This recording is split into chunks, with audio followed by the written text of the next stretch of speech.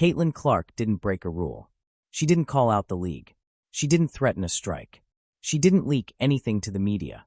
And yet, the moment she publicly backed Breanna Stewart, something quietly changed behind the scenes. Not in a way fans could immediately see. Not in a way the league would ever admit. But in a way that matters far more than an official statement ever could. Because in the WNBA, power doesn't always come with paperwork. Sometimes it comes with silence. Sometimes it comes with tone shifts. Sometimes it comes with a sudden reminder of who really controls the future. And that's what makes this situation so uncomfortable. Caitlin Clark is the most valuable player the league has seen in decades. She's the ratings magnet. She's the ticket mover. She's the jersey seller. She's the name casual fans actually recognize. The one sponsors want front and center. The one networks quietly pray stays out of controversy. Which is exactly why her alignment, even symbolically, with the union leadership already under fire set off alarms. Not because she was wrong, but because she spoke at the worst possible time, while negotiations were stalled, while owners were staring at projected losses, while union leadership was being questioned publicly, while fan support was starting to crack. And suddenly, Caitlin Clark wasn't just a rookie sensation anymore. She was standing near the fault line of a league-wide power struggle that has nothing to do with jump shots or box scores. This wasn't about one comment. It wasn't about Breanna Stewart alone. And it definitely wasn't about discipline. It was about leverage. And who's allowed to use it. Because what Caitlin walked into isn't a growing league riding momentum. It's a league holding itself together with negotiations, optics, and fragile trust. And when the most important star in the building even hints at choosing a side, the message is received loud and clear, even if no one says a word out loud. And once you understand why Caitlin Clark matters the way she does, everything that followed starts to make a lot more sense. Caitlin Clark isn't just another great player entering the WNBA. She isn't even just the best rookie in years. She represents something the league has spent decades chasing and has rarely held for long, sustained, mainstream attention that doesn't need explaining.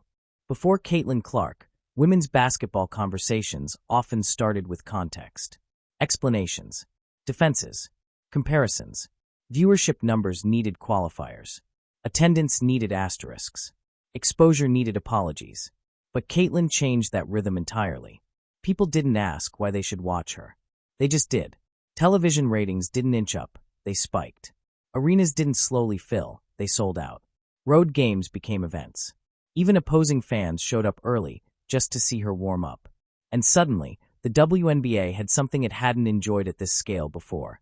A player who pulled casual viewers into the ecosystem without resistance. That kind of gravity changes everything. For the league, Caitlin Clark isn't just talent, she's stability. She's proof of concept. She's leverage in media negotiations. She's credibility in sponsor meetings. She's the difference between projections and reality. When executives talk about growth, she's the slide they linger on the longest. When owners talk about the future, she's the name they mention without hesitation. And that also means she's not just an athlete anymore. She's an asset. And assets don't get treated the same way as everyone else. Because when a league is fragile, financially, politically, structurally, the most valuable pieces are also the most carefully managed. Not protected from defenders on the court, but from turbulence off of it. From controversy. From alignment. From saying the wrong thing at the wrong moment. That's the part fans rarely see. Caitlin Clark entered a league already in the middle of a storm. Negotiations dragging on longer than expected. Owners publicly warning about losses. Union leaders under scrutiny. Fans beginning to question whether player demands were helping or hurting the league they claimed to love. And right in the middle of all of that chaos, Caitlin became the face everyone looked at, whether she wanted that role or not. Because here's the uncomfortable truth. When you're that important, neutrality becomes impossible. Even silence becomes a statement. Even support becomes alignment. Even empathy becomes leverage. The WNBA doesn't just want Caitlin Clark to succeed. It needs her to succeed in a way that doesn't threaten its internal balance. Her success sells hope. But her positioning can also shift power, and that's where things get complicated fast. Owners don't see her the way fans do. Union leaders don't see her the way teammates do. Media doesn't see her the way coaches do. Everyone sees her through the lens of what she represents to them. To owners, she's proof that the league is finally breaking through, and proof they can't afford instability. To the union, she's a future bargaining chip, a symbol of player-driven growth. To sponsors, she's a brand-safe superstar who can't be dragged into messy disputes. To fans, she's the reason they started watching in the first place. And that means every word she says carries weight far beyond intention. So when Caitlin Clark publicly backed Breanna Stewart, even subtly, it didn't land as a show of solidarity. It landed as a signal that the league's most valuable figure might be drifting toward a side that owners were already growing deeply uncomfortable with. Not because Breanna Stewart isn't respected, not because players shouldn't support each other, but because timing matters more than truth in moments like these. The league is in a phase where perception is everything, where confidence has to be projected even when finances say otherwise, where unity has to appear intact even when cracks are widening behind closed doors. And Caitlin Clark's presence magnifies every fracture. That's why her role is so delicate. She's not allowed to be just another voice. She's not allowed to be reckless. She's not allowed to be loud when the wrong people are listening. Because the league doesn't need her courage right now. It needs her calm. And that's why the temperature changed the moment she spoke up. Not because she did something wrong, but because she reminded everyone just how much power she holds, whether she wants it or not. And once that realization set in, the league's internal tension around Breanna Stewart, the union, and the stalled negotiations suddenly had a new variable they couldn't ignore. And that's where things started getting uncomfortable. Because the next question wasn't about Caitlin Clark's intentions. It was about which side would try to claim her first. On the surface, Caitlin Clark's support for Breanna Stewart didn't look controversial at all. It didn't sound aggressive. It wasn't framed as a demand. There was no call to action, no ultimatum, no public challenge to ownership. To most fans, it sounded like exactly what it was supposed to sound like. One player backing another in a league that constantly talks about unity. And that's what made it so dangerous. Because in moments of instability, it's not the loud statements that matter most. It's the ones that quietly confirm alignment, especially when they come from someone whose voice carries disproportionate weight. Breanna Stewart wasn't just another veteran speaking her mind. At that moment, she was the vice president of the Players Union, the public face of negotiations that had already begun to unravel. Her words were being dissected by owners, executives, media analysts, and sponsors in real time. Every interview, every quote, every expression of optimism or frustration was treated like a data point in a much larger power struggle. So when Caitlin Clark publicly supported her, even in a way that felt human and respectful, it didn't land as encouragement. It landed as endorsement. And endorsements matter when leverage is on the line. From the league's perspective, Breanna Stewart had become a lightning rod, not just because of the demands being pushed by the union, but because of how those demands were being communicated. Her now infamous admission that her brain was hurting during CBA talks didn't humanize her to everyone. To many, it raised alarms. It created doubt. It gave critics ammunition. And it shifted the conversation from fairness to competence. That moment mattered far more than fans realized. Because once leadership credibility is questioned publicly, everything that follows becomes harder to defend.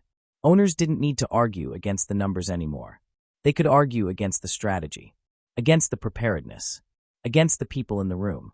And the media was more than willing to amplify that angle. That's the context Caitlin Clark stepped into. So when she expressed support for Breanna Stewart, it wasn't interpreted in a vacuum. It was heard against the backdrop of stalled negotiations, leaked financial projections, and a growing narrative that the union might be overreaching without fully understanding the consequences. And that's where the temperature shifted. Not because Caitlin Clark challenged authority, but because she appeared to validate leadership that was already under siege. For owners and league executives, that raised a quiet but urgent concern. If the league's most valuable new star was aligning herself with union leadership during the most volatile negotiation period in years, what came next? Would she speak out again? Would she become a symbol? Would she be asked to take a public stand? Because once a star crosses that line, even unintentionally, it becomes very hard to put the genie back in the bottle. And that's the part fans rarely see. The WNBA is not the NBA. It doesn't have endless financial cushioning. It doesn't have decades of surplus capital to absorb missteps. Every negotiation is existential. Every public narrative shapes sponsorship confidence. Every hint of instability threatens momentum that took years to build.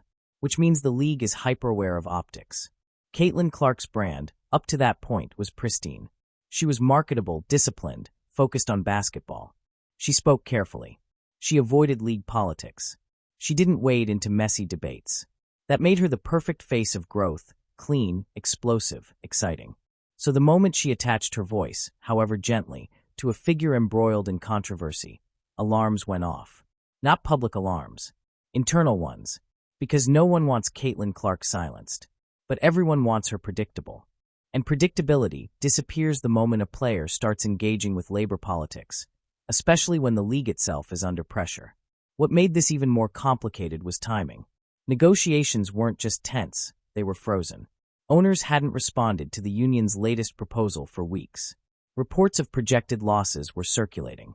Fans were starting to question whether demands were realistic or reckless. And in that environment, unity wasn't reassuring. It was threatening. Unity suggested resolve. Resolve suggested escalation. And escalation suggested risk. So Caitlin's support, instead of calming things, subtly amplified fear. Not fear of her intentions, fear of what she might represent if pushed further into the spotlight. Because Caitlin Clark isn't just another union member. She's the player owners can't afford to alienate. The one networks don't want to lose. The one sponsors rely on to justify long-term investments. If she ever became openly adversarial, the balance of power would shift overnight. And that possibility, however remote, is enough to make executives uneasy. That's why there was no public backlash. No statement. No warning issued. You don't swat a fly with a hammer when you need it alive. Instead, pressure becomes subtle. Conversations change tone. Expectations get clarified. Boundaries get implied. Because the league doesn't need to punish Caitlin Clark to remind her where the lines are. It just needs to make those lines visible. And the truth is, Caitlin probably didn't realize she was stepping anywhere near them. She wasn't choosing sides. She wasn't making a stand. She wasn't thinking about revenue splits or ownership models. She was responding as a player. But in a league fighting for its economic soul, intention matters less than impact. And the impact of that moment was simple and unsettling. Caitlin Clark had demonstrated that she wasn't just a basketball phenomenon. She was a variable. And once you become a variable in a high-stakes negotiation, every move you make is watched differently. Which brings us to the situation Breanna Stewart herself was already facing, one that made Caitlin's support far more complicated than it ever appeared on the surface. Because Breanna Stewart wasn't just under pressure. She was losing control of the narrative. By the time Caitlin Clark voiced support for Breanna Stewart, the Players Union was already standing on unstable ground. From the outside, it still looked unified. Players spoke about solidarity. Leaders emphasized progress. The messaging was optimistic. But behind that surface-level confidence, fractures were forming, and they were forming fast. Breanna Stewart wasn't just a star player. She was the vice president of the WNBA Players Association. That role came with expectations far beyond the court. She wasn't speaking only for herself anymore. Every sentence she delivered was interpreted as strategy. Every interview became part of the negotiation. And every moment of vulnerability carried consequences. That's why her now infamous comment that her brain was hurting from the complexity of CBA talks hit so hard. To some, it sounded honest. Negotiations are complex. Economics isn't easy. Admitting difficulty felt relatable. Human. But to others, especially those already skeptical of the union's aggressive demands, it sounded like something else entirely. It sounded like doubt. And in negotiations worth hundreds of millions of dollars, doubt is poison. Owners didn't need to publicly attack her. Media analysts didn't need to speculate wildly. The damage was already done the moment the comment went viral. Because it reinforced a narrative that had been quietly growing. That the union might be pushing demands it didn't fully understand, or worse, couldn't properly defend. That perception changed everything. Instead of debating fairness, critics began questioning competence. Instead of focusing on revenue growth, conversations shifted to sustainability. And instead of seeing a confident leadership group steering the league forward, some began to see a union leadership struggling under the weight of its own ambitions. This wasn't just bad optics. It was destabilizing. Because once leadership credibility wavers, unity becomes fragile. Players start asking questions privately. Veterans start wondering if strategy is sound. Younger players start worrying about fallout they can't afford. and owners, sensing opportunity, tightened their grip. Breanna Stewart became the focal point of all of it, not because she wasn't respected, not because she wasn't accomplished, but because she was visible. Every misstep, real or perceived, stuck to her. And when negotiations stalled, that visibility turned into liability. By this point, the union had already put forward demands that stunned league executives. A request for roughly 30% of the league's gross revenue. A salary cap that would more than double overnight. These weren't incremental asks. They were transformational. And without airtight communication, transformational demands invite transformational resistance. Owners weren't just concerned about money. They were concerned about precedent, about control, about whether agreeing to such terms would destabilize a league still fighting for long-term sustainability. And then came the projections. Reports surfaced suggesting the union's proposal could lead to losses approaching hundreds of millions of dollars over the life of the deal. Whether those numbers were inflated or strategic almost didn't matter. Once they were out there, they shaped the conversation. Now the union wasn't just asking for more. It was being accused of risking everything. That's when the pressure inside the Players Association intensified, because leadership now had to do two things at once: reassure players internally while projecting confidence externally. And that balance is brutal, especially when negotiations freeze and the other side goes silent. For weeks, owners didn't respond. No counter, no rejection, no compromise, just silence. And silence is never neutral. Silence shifts power. It forces the other side to speak more, to fill the void, to explain, to justify. And every explanation creates another opportunity for doubt to creep in. Breanna Stewart tried to project optimism. She spoke about seeing the end of the tunnel, about progress, about momentum. But without tangible movement from the league, those words began to feel disconnected from reality. Fans noticed. Media noticed. Players noticed. How could there be light at the end of the tunnel when the other side hadn't even responded? That question hung over every interview. And it made things worse. Because optimism without evidence doesn't reassure, it confuses. And confusion erodes trust. This was the environment Caitlin Clark stepped into. A union leadership under fire. Negotiations stalled. Financial projections weaponized. Public support slipping. So when Caitlin expressed support for Breanna Stewart, it wasn't received as solidarity in a healthy system. It was seen as reinforcement of a leadership group already accused of losing the plot. That's not fair. But fairness doesn't control narratives. Perception does. And perception had already begun to tilt. Inside the league, the concern wasn't that the union was asking for too much. It was that it was asking for too much without control of the story. And once that happens, the strongest position becomes vulnerable overnight. Owners could wait. The union couldn't. And the longer silence dragged on, the more isolated union leadership appeared.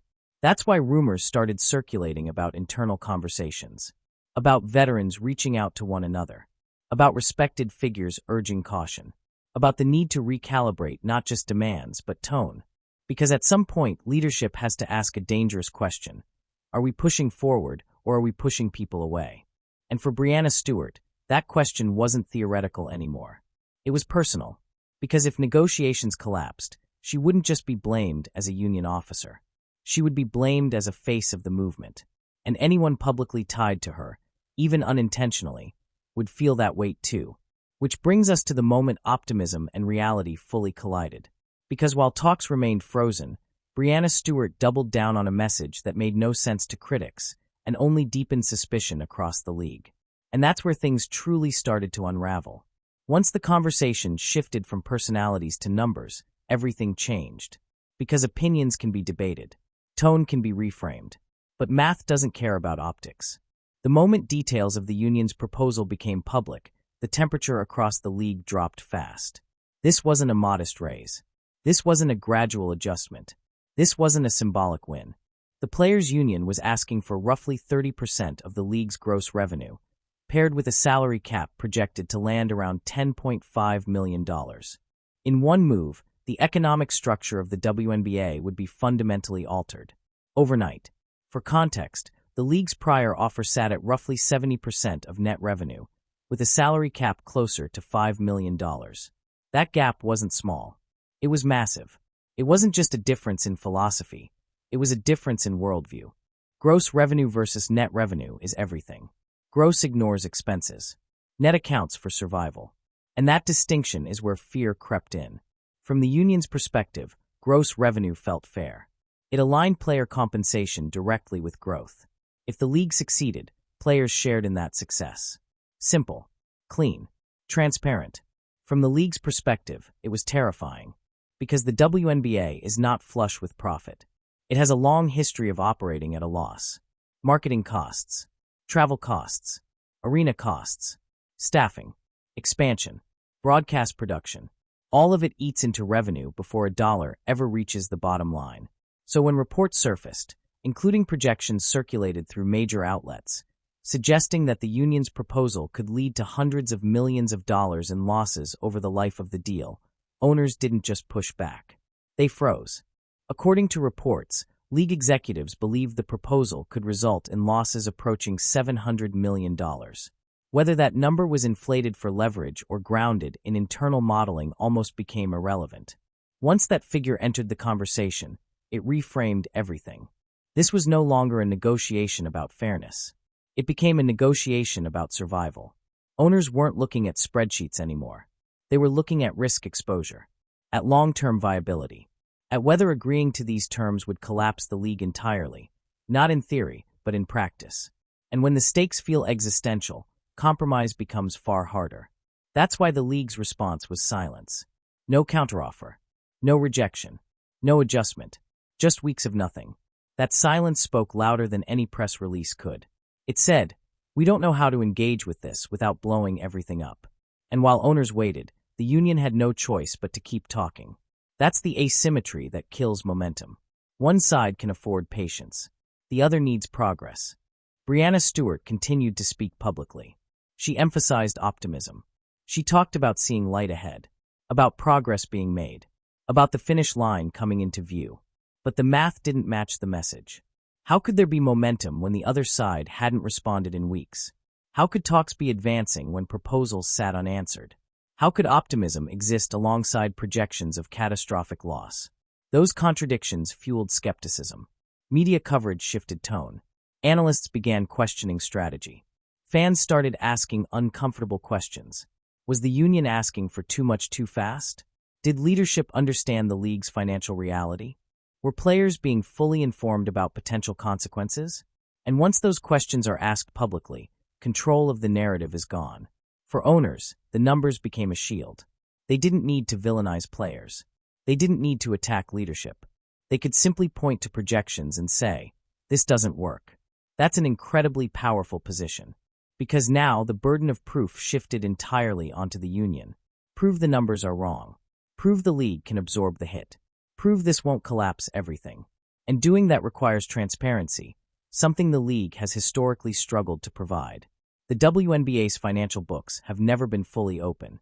Players have long accused the league of hiding revenue details. Owners argue that transparency without context would be misleading. That tension has existed for years. But now it was front and center. The union didn't trust the league's loss projections.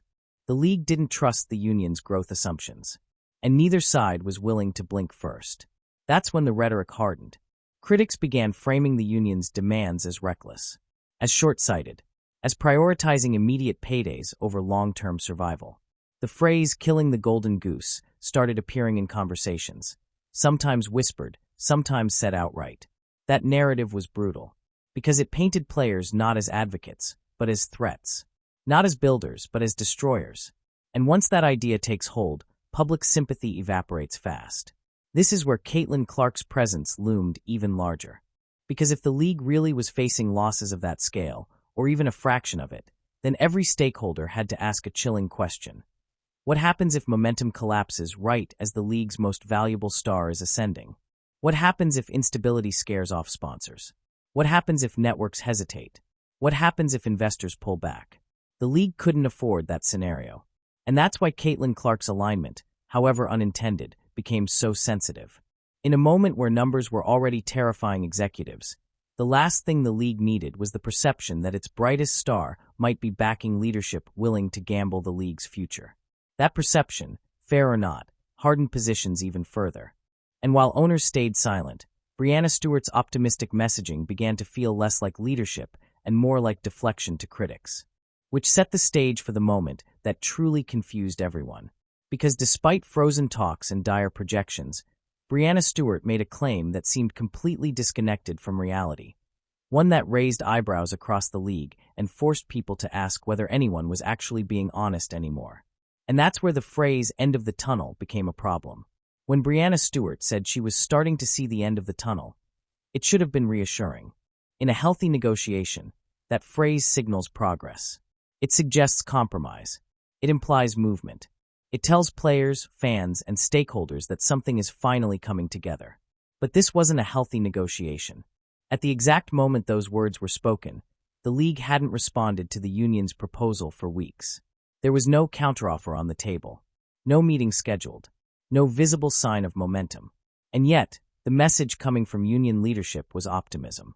That disconnect is what rattled people. Because optimism without evidence doesn't inspire confidence, it creates suspicion. Fans started asking simple questions that had no good answers. How could there be light at the end of the tunnel when talks were stalled? How could progress exist when communication had gone silent? How could leadership speak about resolution when the other side hadn't even acknowledged the latest demands? Those questions didn't stay on message boards. They made their way into media coverage, into talk shows, into podcasts. And slowly, the tone shifted from curiosity to doubt. Was Breanna Stewart being genuine? Or was she trying to calm a restless player base? Was this optimism rooted in private progress? Or was it a strategic attempt to buy time? The problem wasn't that she sounded hopeful. The problem was that her hope didn't align with observable reality. Owners weren't engaging. Negotiations weren't moving. Numbers weren't changing. And silence from ownership is never accidental. In labor disputes, silence is leverage. It forces the other side to talk, to explain, to justify. And every explanation opens another vulnerability. That's exactly what was happening. The more union leadership spoke, the more contradictions appeared. On one hand, the union emphasized how dire the situation was, how players deserved more, how growth demanded redistribution, how the league had undervalued its labor for too long. On the other hand, leadership spoke as if resolution was near, even while the league projected catastrophic losses. Those two narratives couldn't coexist. Either the situation was urgent and unstable, or it was nearing resolution. Trying to sell both made people uneasy. Players noticed it too. Veterans who had lived through past negotiations recognized the pattern. Optimism was often used to maintain unity when reality was harsh. Younger players, many of whom depended on stability more than ideology, started worrying about fallout they couldn't afford. A prolonged dispute could derail careers before they ever really started. And that fear matters. Because not every player has endorsement deals. Not every player has savings. Not every player can afford a gamble. So when leadership sounded upbeat while everything else looked grim, it didn't reassure everyone. It created internal tension. Externally, critics pounced. Media analysts framed the optimism as delusion. Commentators questioned whether union leadership truly understood the league's financial constraints. Others suggested it was a PR maneuver designed to slow the erosion of fan support. And fan support was already slipping. Early in the negotiation cycle, public sentiment leaned heavily toward the players. The idea of fairness, of equity, of rewarding growth. Those messages resonated. But as weeks dragged on and numbers became public, that sympathy began to erode. Fans started asking whether demands were realistic, whether pushing this hard might actually hurt the league, whether the fight for more could end with less. That's a dangerous shift, because public support is one of the few real weapons players have in negotiations. Once it fades, leverage disappears fast. This is where rumors of behind-the-scenes conversations began circulating. Not official statements, not public interventions, quiet outreach, veterans calling veterans, respected voices urging caution, former players expressing concern about optics. The message, reportedly, was simple: the public tide is turning, and once it turns, it's hard to reverse. This is the context that made Caitlin Clark's support even more complicated. Because Caitlin wasn't just another player adding her voice. She represented the new wave of fans, the casual viewers, the first-time ticket buyers, the people the league desperately needed to keep engaged. If those fans followed Caitlin, and Caitlin appeared aligned with leadership being painted as reckless, the league risked losing not just money, but credibility. That's why the phrase, "end of the tunnel," mattered so much. It wasn't just optimism. It was a test of trust. And for many watching, that trust was starting to crack. Owners didn't respond with words. They didn't correct the narrative. They didn't clarify projections. They let doubt grow. Because doubt weakened the union far more effectively than confrontation ever could. And while Breanna Stewart tried to project calm, the gap between messaging and reality continued to widen. That gap didn't just affect negotiations. It affected perception of leadership. It affected internal confidence. And it affected how closely every stakeholder began watching the league's most important star. Because if this dispute spiraled, Caitlin Clark wouldn't be a bystander. She would be standing right in the blast radius. And that's when attention quietly shifted to another figure, one with credibility, history, and influence, who may have stepped in when it became clear that the public narrative was slipping out of control. Someone who understood exactly how fast goodwill can disappear. And someone who may have tried to change the course before it was too late. When negotiations reach a certain level of tension, the loudest voices often stop being the most influential ones. That's when the quiet calls happen, the private conversations, the kind that never make headlines but shape outcomes far more than public statements ever could. This is where Rebecca Lobo's name began circulating. Not officially, not publicly, but persistently. Rebecca Lobo isn't just a former player. She's not just a UConn legend. She's not just a media figure. She occupies a rare space in women's basketball. Someone who carries credibility with players, executives, fans, and broadcasters all at once. When she speaks, people listen. When she reaches out, it's taken seriously. That's why the rumors mattered. According to growing speculation, Lobo may have quietly reached out to Breanna Stewart as the public tide began to turn. Not to undermine her. Not to challenge her authority. But to warn her. The message, as it's been rumored, wasn't about abandoning demands. It wasn't about folding. It was about optics. Because optics were slipping fast. Early in the negotiations, players were framed as fighters for fairness. As voices pushing a league toward long overdue equity. But as numbers became public and projections turned dire, that framing began to crack. The conversation shifted from justice to risk. From empowerment to potential collapse. And Lobo, having watched this league survive by the thinnest of margins for decades, understood something deeply uncomfortable. Public goodwill is fragile, and once it's gone, it rarely comes back the same. If fans begin to believe players are willing to burn the house down to get paid, sympathy evaporates. Even if the underlying argument is valid. Even if the system truly is flawed. That's the danger of losing narrative control. So the rumored advice wasn't radical. It was strategic. Pull back. Reframe. Slow the messaging. Win fans back before it's too late. Because without fans, leverage disappears. This speculation gained traction precisely because it made sense. Breanna Stewart had shifted her tone. Where earlier messaging felt firm and unapologetic, later statements carried more caution. More concern about sustainability. More acknowledgement of the league's fragility. That didn't happen in a vacuum. Veterans talk. Former players advise. Trusted voices intervene. And Lobo, as someone who has lived through the league's leanest years, would understand the stakes better than almost anyone. This wasn't about choosing owners over players. It was about understanding the consequences of misalignment. Because the WNBA has survived on perception almost as much as performance. For years, it needed belief from investors, broadcasters, sponsors, that growth was coming, even when finances said otherwise. That belief is powerful, but it's also easily shaken. And at this moment, belief was wavering.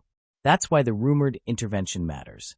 It suggests that even within player circles, there was recognition that the strategy might be backfiring, that the public fight was becoming counterproductive, that the league's future depended not just on winning concessions, but on maintaining trust. This is also where Caitlin Clark's role becomes even more sensitive, because Caitlin represents belief. She's the proof fans point to when they say the league is finally breaking through. She's the reason optimism feels justified. She's the face attached to hope. And if she appears aligned with leadership that fans are starting to distrust, that belief weakens. That's not Caitlin's fault, but it is her reality. So any effort to stabilize perception would inevitably involve protecting her image, whether she realized it or not. This is where the idea of a warning begins to take shape. Not a disciplinary warning, not a public rebuke, but a contextual one, a reminder of timing, a reminder of visibility, a reminder that when you are this important, your voice moves markets, even when you don't intend it to. And that reminder doesn't need to come directly. It can come through tone changes, through altered expectations, through subtle guidance from people who understand the ecosystem. That's the nature of power in leagues like this. It doesn't announce itself. It whispers. And while public attention stayed focused on Breanna Stewart, negotiations, and financial projections, something else was quietly happening behind the scenes.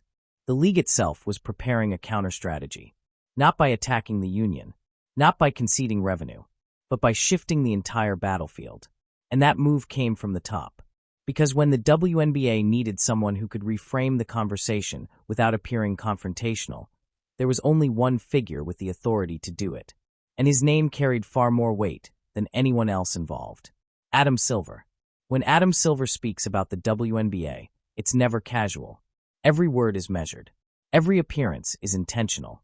And every intervention signals that something beneath the surface needs stabilizing. So when Silver publicly adopted an optimistic tone around the WNBA labor talks, even offering to personally step into negotiations if necessary, it wasn't just reassurance. It was strategy.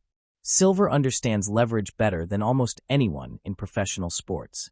He's navigated lockouts, player revolts, ownership disputes, and billion-dollar television negotiations. He knows when pressure needs to be absorbed and when it needs to be redirected. And in this moment, the pressure inside the WNBA had reached a point where a reset was necessary. But Silver's solution wasn't revenue sharing. That part matters. Instead of engaging with the union's core demand, a larger share of gross revenue, Silver subtly shifted the conversation towards salary caps, bigger max deals, higher top-end salaries, more immediate money for star players. On the surface, it looked like progress. Players want more money. Higher caps mean higher checks. Problem solved, right? Not exactly. Because raising salary caps without altering the underlying revenue structure does something very specific. It fractures unity. It benefits stars more than role players. It creates internal hierarchy. It shifts focus from collective bargaining to individual gain. And that's not an accident. Silver has seen this playbook work before. When collective demands threaten long-term structural change, offering immediate financial incentives can cool the temperature without conceding control. It gives players something tangible while preserving the league's economic framework. In other words, it buys peace, not transformation. That's why Silver's tone was so carefully optimistic. He didn't criticize the union. He didn't validate the dire projections publicly. He positioned himself as a mediator who wanted what was best for everyone. But behind that tone was a clear message. Revenue sharing is a red line. And if that line holds, then something else has to give. For union leadership, this created a brutal dilemma.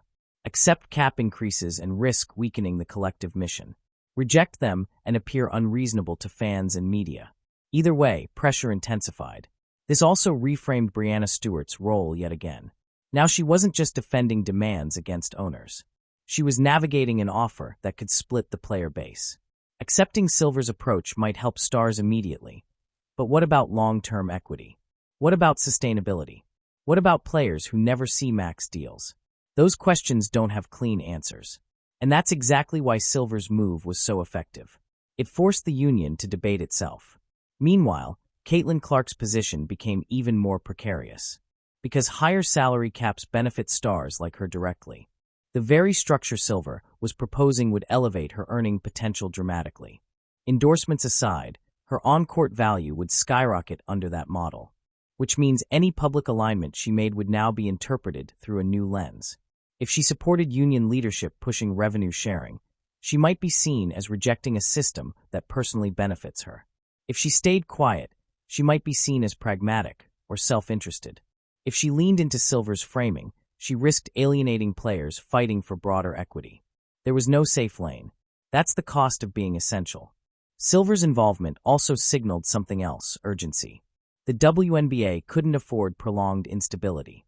Not with new viewers watching. Not with sponsors evaluating renewals. Not with the league finally gaining traction beyond its core audience. This wasn't just about the next CBA. It was about momentum. And momentum is fragile. That's why Silver's intervention wasn't loud. It didn't need to be. His presence alone changed the equation. It reminded everyone that the NBA ultimately holds the financial scaffolding the WNBA depends on. That reminder doesn't end debates, it narrows them. But even as Silver worked to contain the situation, another development surfaced that raised far more uncomfortable questions about the league's financial reality. Because while public narratives focused on growth, expansion, and rising popularity, the WNBA was quietly revisiting a decision it made during its darkest moment. A decision that suggested the league might not be as stable as it wanted the world to believe. And when that information surfaced, it sent shockwaves through anyone paying close attention. Because it wasn't about salaries. It was about ownership. And once ownership starts repositioning itself, the implications are impossible to ignore. That's when the 16% stake story entered the conversation, and nothing looked the same afterward. While the public focused on salary caps, revenue splits, and union leadership, the most unsettling development wasn't coming from the bargaining table at all. It was coming from ownership. Quietly, deliberately, and with almost no fanfare. Reports began circulating that the WNBA was exploring the possibility of buying back 16% of its own league stake, a stake that had been sold just a few years earlier during one of the most fragile moments in league history. That detail alone raised eyebrows, because leagues that are exploding don't usually scramble to undo past emergency moves. They don't rush to repurchase equity unless something has fundamentally changed in the math or the outlook. To understand why this mattered so much, you have to rewind. In 2021, the WNBA was in serious trouble. The aftershocks of a chaotic period had stretched resources thin. Revenue was unstable. Long-term sustainability was uncertain. Behind closed doors, there was genuine fear that the league might not survive in its existing form without immediate capital. So the league did something unprecedented. It sold 16% of itself for $75 million. At the time, this move was framed as visionary. Commissioner Kathy Engelbert described it as the largest capital raise in women's sports history.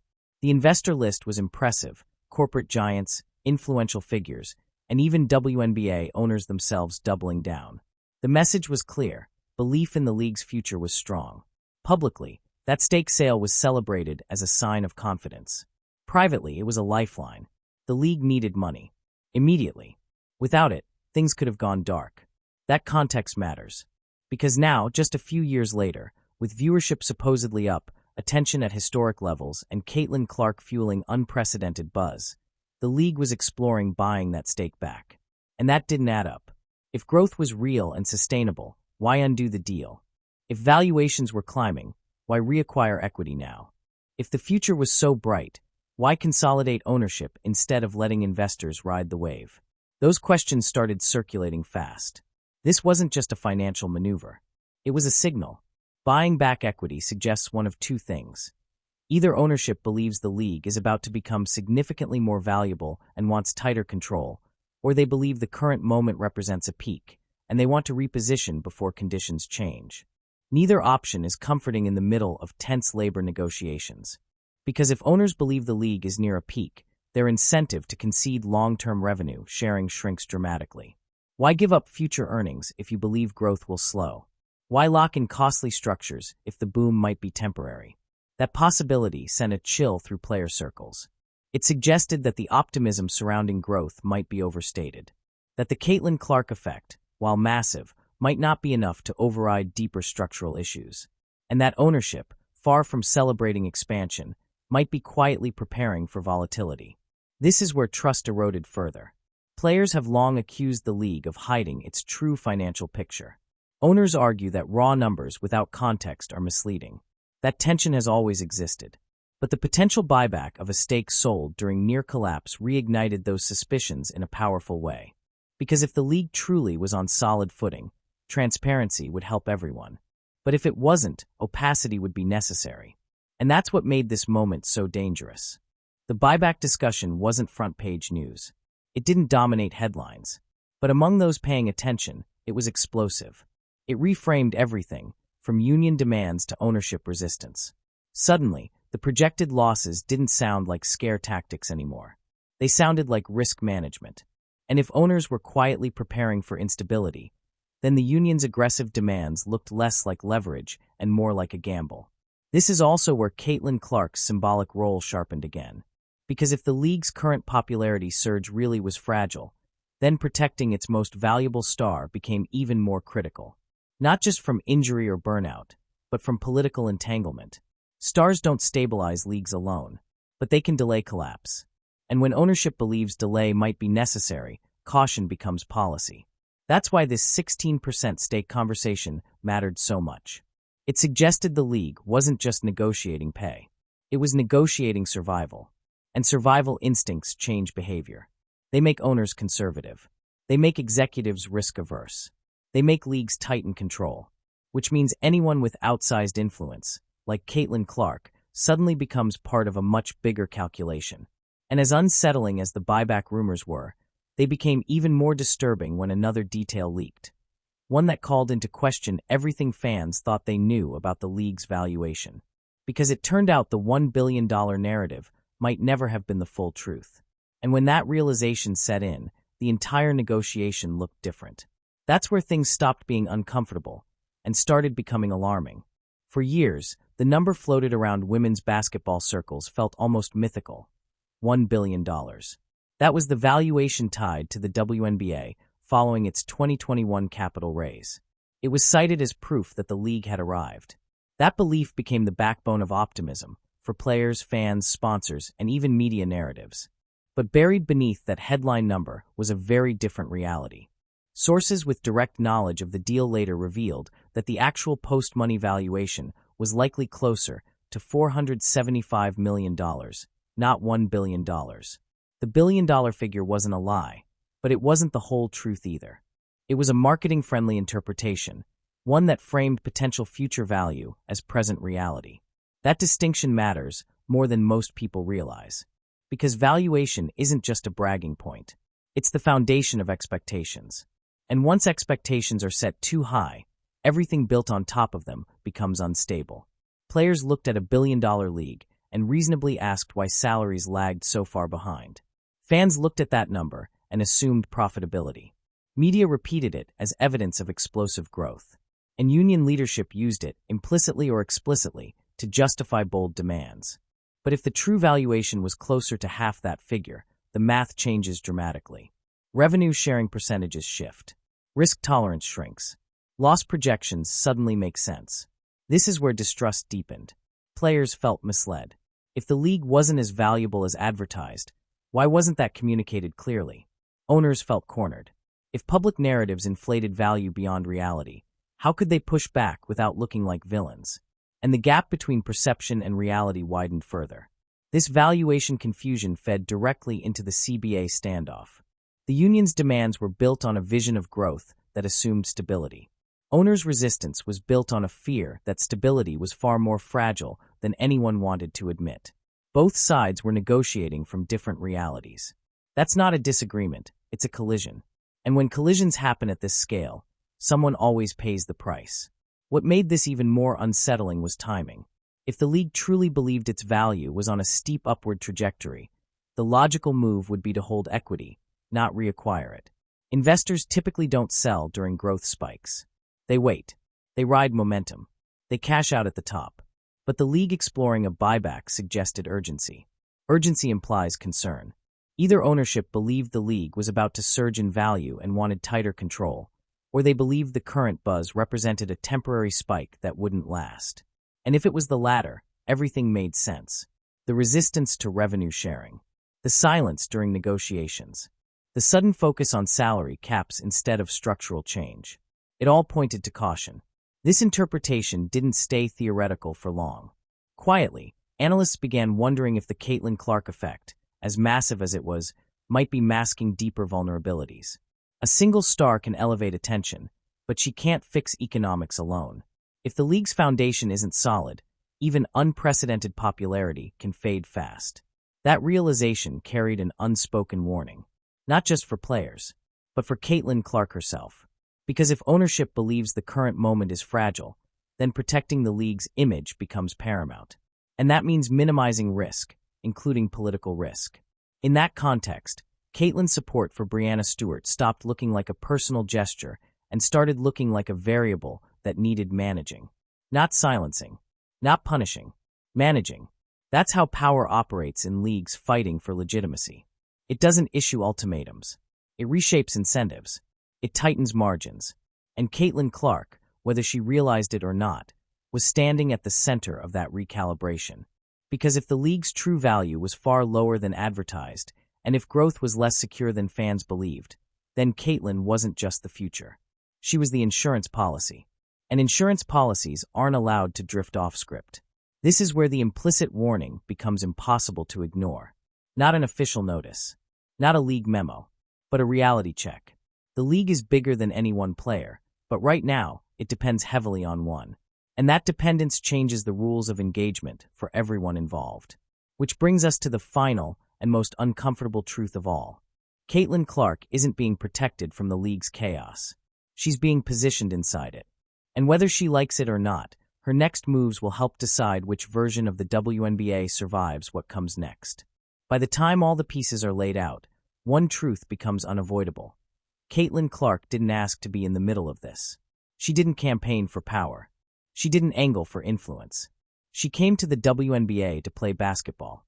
But the league she entered isn't just a basketball league anymore. It's a battlefield of competing realities.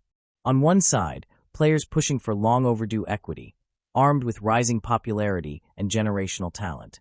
On the other, ownership guarding a fragile economic model that has survived more on belief than profit. And in between them stands Caitlin Clark, the single most valuable symbol both sides can't afford to lose. That's what makes her position so dangerous. Because Caitlin Clark can't simply exist as a neutral party. Her presence itself shifts leverage. Every comment she makes, every silence she chooses, every moment of alignment or restraint is interpreted through the lens of power. If she speaks out too strongly for the union, she risks being framed as destabilizing, even if her intentions are pure. If she stays silent, she risks being seen as complicit in a system many players believe undervalues them. And if she leans toward the league's framing, she risks alienating teammates who view solidarity as non-negotiable. There is no safe path. That's the cost of being essential. What makes this even more complicated is that Caitlin's popularity doesn't just help the league, it exposes its weaknesses. The surge in attention highlights disparities. It raises questions about pay. It shines light on systems that were easier to ignore when fewer people were watching. In that sense, Caitlin Clark is both a solution and a stress test. She brings eyes and scrutiny. She brings revenue and expectations. She brings hope and pressure. That's why the idea of a warning doesn't need to be formal. There doesn't need to be a meeting. There doesn't need to be a memo. There doesn't need to be discipline. All that's required is an understanding. An understanding that now is not the time. An understanding that visibility comes with responsibility. An understanding that the league's survival may depend on restraint as much as courage. This isn't unique to the WNBA. Every league that reaches this inflection point faces the same dilemma. Stars become brands. Brands become leverage. And leverage becomes something everyone wants to control. Caitlin Clark didn't choose that role, but she inherited it the moment she stepped on the court. And the quiet reality is this. If the league truly believes its current growth is fragile, then Caitlin Clark becomes the most carefully managed variable in the entire system. Not because she's dangerous, but because she's powerful. And power makes people nervous. The warning wasn't about Breanna Stewart. It wasn't about revenue sharing. It wasn't even about the union. It was about timing, about understanding the moment, about knowing when speaking helps, and when it complicates everything. Caitlin Clark is now learning that being the face of a league means carrying its contradictions, its fears, its unfinished business. She can elevate the WNBA, but she can't fix it alone. And no amount of star power can override structural instability. That's the burden she now carries. And the reality is, this won't be the last time she's placed in this position. As long as negotiations continue, as long as finances remain uncertain, as long as ownership and players pull in opposite directions, Caitlin Clark will remain central, whether she wants to or not. She isn't just playing for wins anymore. She's playing inside a system, deciding what it wants to become. There was no press release, no league statement, no disciplinary action, because the warning Caitlin Clark encountered was never meant to be official.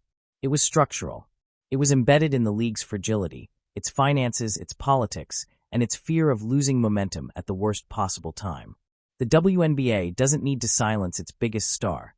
It just needs her to move carefully. Caitlin Clark represents the future the league has been promising for years. But that future is still under construction. And construction sites are dangerous places for anyone who doesn't know where the support beams really are. What happens next won't be decided by one comment or one negotiation. It will be decided by whether the league can reconcile growth with sustainability, and whether its most important player can navigate a role she never asked for. If you want to understand what's really happening behind the headlines, the power plays, the silent pressure, and the stories they don't want discussed, make sure you're subscribed. Because this isn't just about basketball anymore. It's about who controls the future of the WNBA.